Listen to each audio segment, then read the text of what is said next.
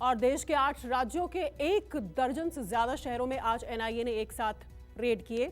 आतंकवाद पर नकेल कसने वाली राष्ट्रीय जांच एजेंसी की यह कार्रवाई उन गैंगस्टर्स के खिलाफ थी जो देश में क्राइम को बढ़ाकर अपनी धाक जमाना चाहते हैं।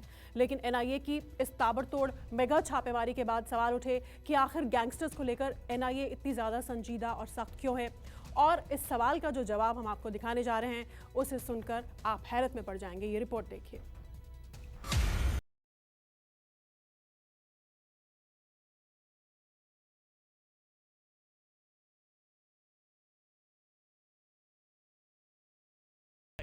एनआईए की ताबड़तोड़ छापेमारी।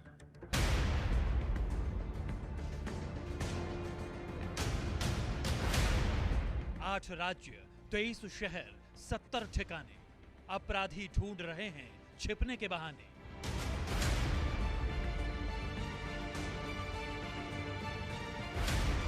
बॉर्डर पार से जुड़े साजिश के तार, गैंगस्टर्स के खिलाफ अब आर पार।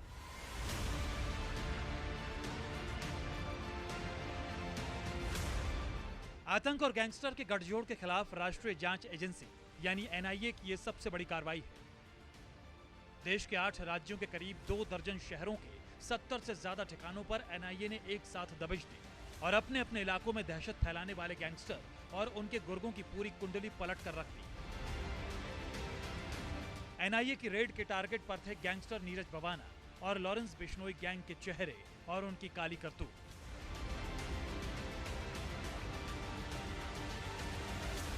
मंगलवार के दिन देश के बड़े बड़े गैंगस्टर्स का मंगल हो गया। मंगलवार को एनआईए ने बिश्नोई बवाना गैंग के किन किन गुर्गों के खिलाफ डंडा चलाया बताएंगे आपको। लेकिन उससे पहले आपको बताते हैं कि आखिर देश के गैंगस्टर्स के खिलाफ राष्ट्रीय जांच एजेंसी के एक्टिव होने की वजह क्या है। पंजाब के मानसा में सिंगर सिद्धू मूसेवाला की हत्या के बाद सुर्खियों में आया बिश्नोई बवाना गैंग। सिद्धू मूसेवाला हत्याकांड की जांच शुरू हुई तो इस पूरे मामले पर इंटरनेशनल साजिश का बहुत बड़ा खुलासा हुआ। मूसेवाला हत्याकांड के बाद गिरफ्त में आए शार्प शूटर सौरभ महाकाल ने पूरी साजिश के पीछे पाकिस्तानी हाथ का खुलासा किया। जांच में खुलासा हुआ कि पाकिस्तान में बैठे रिंदा ने लॉरेंस को मूसेवाला की हत्या का काम सौंपा था।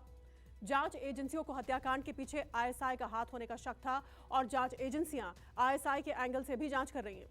जांच एजेंसियों को शक है कि पाकिस्तान भारत में दहशत फैलाने के लिए देश में सक्रिय गैंग्स का इस्तेमाल कर रहा है और भारत में मौजूद गैंग्स और गैंगस्टर्स को पाकिस्तान दूसरे देशों के जरिए फंड्स पहुंचा रहा है।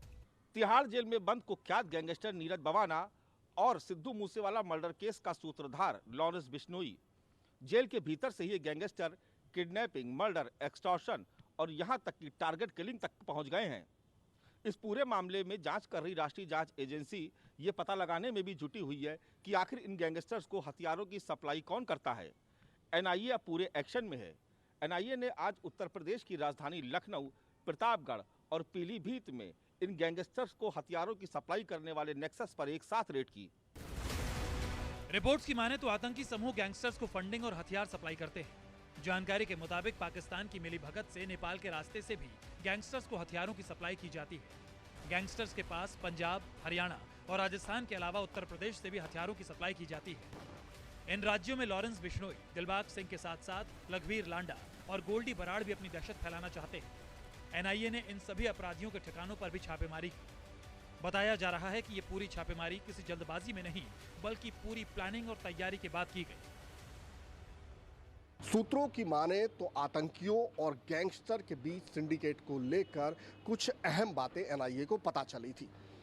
गैंगस्टर को हथियार और पैसा मुहैया कराने के लिए मॉल ओनर, दर्जी, फाइनेंसर, सट्टेबाज और प्रॉपर्टी डीलर तक से वसूली की जाती थी। पिछले कुछ समय में अलग अलग जगह रेड करके एनआईए ने 75 मोबाइल जब्त किए थे और इन्हीं मोबाइल में से एनआईए को गैंगस्टर का कच्चा चिट्ठा मिला था। मंगलवार को की गई रेड भी इसी के आधार पर मानी जा रही है। सिद्धू मूसेवाला की हत्या के बाद लॉरेंस बिश्नोई का नाम तेजी से पूरी दुनिया में गूंजा।